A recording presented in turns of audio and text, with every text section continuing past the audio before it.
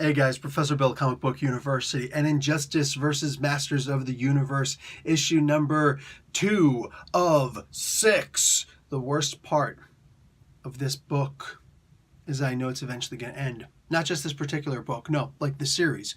Only through issue number 6? No. I say this should be a full merger with the Injustice 2 storyline or whatever storyline they're currently on. This is amazing. This is amazing. First off, and is this just not a beautiful cover? Oh my God, this is just, wow. This needs to be a poster. This needs to be something that the artist is signing, dude, because this is amazing. So let's get into who's actually making this book. Tim Seeley is the writer. Freddie E. Williams II is the artist. Jeremy Caldwell is the colorist. Wes Abbott is the letterer. Liz Erickson, the assistant editor. Why am I getting into all that stuff? I never do. Okay, anyway, Williams II and Caldwell do the cover. So, yeah, the same guy's doing the inside of the book are the same guys doing the outside of the book, and it's freaking awesome. Okay, so we start off with Stratos' unbelievably hot sister. Like, wow, she is gorgeous. Holy crap, man. Wow, she is hot. I've never seen her before, man. I don't read the He-Man books. You know what I'm saying? I just don't. I don't even know if they exist. I never had this figure when I was a kid. Damn. I would have grown up a whole lot faster. And she's fighting the armies of Darkseid because all of a sudden here comes Steppenwolf jumping out the skies talking about, I'm going to kill all of you. And man, they're in for one heck of a battle. And I honestly don't think the Avians can survive this. I'm just saying.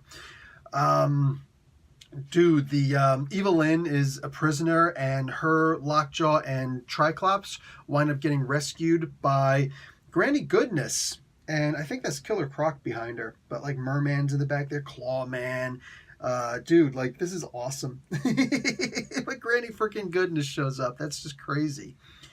Anyway, He-Man is trying to figure things out. And I was hoping he was going to be onto something better than I thought. But it is what it is. He-Man is sitting there chilling out, and he's reading up on Superman. And he learns this stuff, you know, the ops file. And he's like, what's a reporter?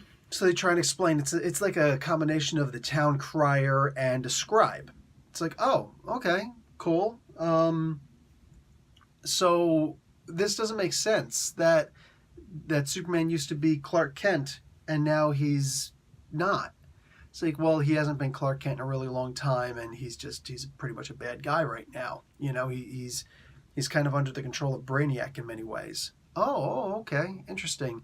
So we need some of this Brainiac armor? Yeah. Okay, cool. So they're like, yeah, we're going to reconvene on the next day.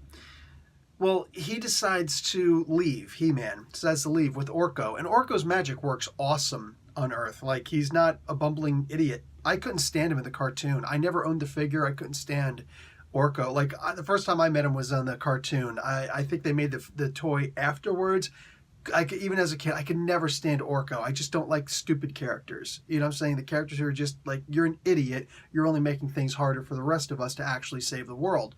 So, but here, he was actually helpful. And he says that. He's like, my magic actually works. I was helpful. Wow.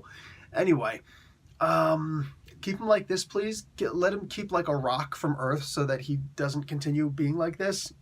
If everybody else likes that, cool. If not, whatever. This is what I would like. But I like that he was able to save some people. There was a speech in here that was given.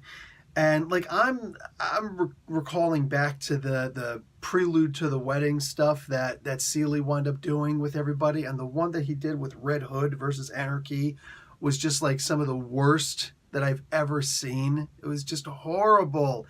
And I kept on saying, it's like, this is not how Tim Seeley usually writes, man. You got to understand, Tim Seeley's a really good writer.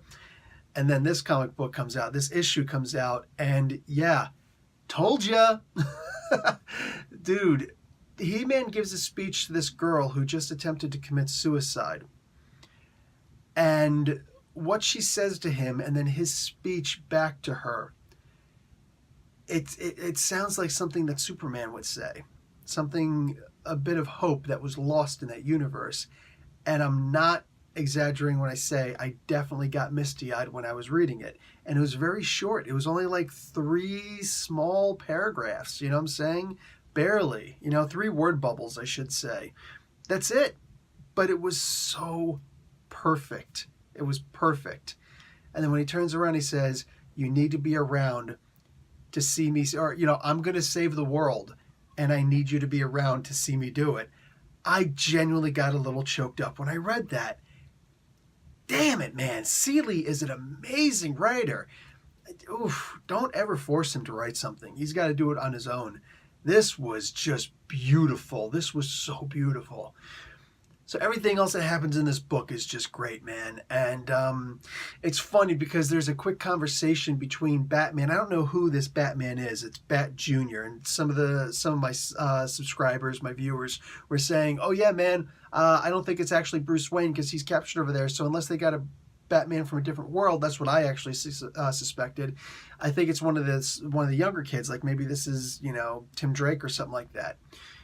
Well, there's a comment there that Batman is yelling at Tila, like, you're supposed to be his bodyguard and you let him leave. It's like, and she's like, listen, I know he may be powered beyond belief, but in his heart, past the sword, past all that muscle, he's just a kid. And you'll never understand the responsibility of being forced to grow up way too soon. And it's funny because whether this is Bruce Wayne under that cowl or Drake, or it's not Red Hood because I saw him on the side, or Nightwing or whomever, all of the Robins, all of the Bat family, they all know what it's like to have a childhood snatched from you. But they didn't feel the need to say it. That's what I'm talking about. We didn't need to have another freaking Batman origin story. You know what I'm saying? We got an origin story for He-Man in this, like very briefly, only spoken, and we kind of got that in the previous issue also, because Tim Seeley understands more people know who Batman is, way less people know who freaking He-Man is. I mean, aside from, he was a toy that I had when I was a kid. Most people don't even realize that he was a comic book, you know what I'm saying? So this was expert writing. Guys, I cannot express enough. If you don't know anything about the Justice world, the Injustice world, no worries, guys. I don't even think I finished reading the first Injustice series because it was just too expansive. And then I never read anything from Injustice 2. Not one word, all right? And I don't know anything about the He-Man universe in the comic books. I've never read a He-Man comic book before, except those little mini ones, the 6 or 8, whatever it was, that came with the original He-Man figures. And I'm talking about way back in like 1983, was that? 1984? So, nah, man, I don't know anything about these two worlds in the comic book. I read this issue and the previous issue. I feel like I'm learning exactly what I need to know in order to progress with the story. This is expert writing. This is gorgeous artwork that I would absolutely ask for a commission for this. You know what I'm saying? And get it signed straight to Comic Book University. I'm not looking to sell my stuff, man. I'm looking to hang my stuff up. This is beautiful. This is an expert comic book. If you are not buying this comic book, I guess you can go with the trade, but honestly, this is one I wouldn't even wait for trade. Go grab the individual issues right now. This is spectacular, man. All right, that's it for me. Professor Bill, Comic Book University. Class dismissed.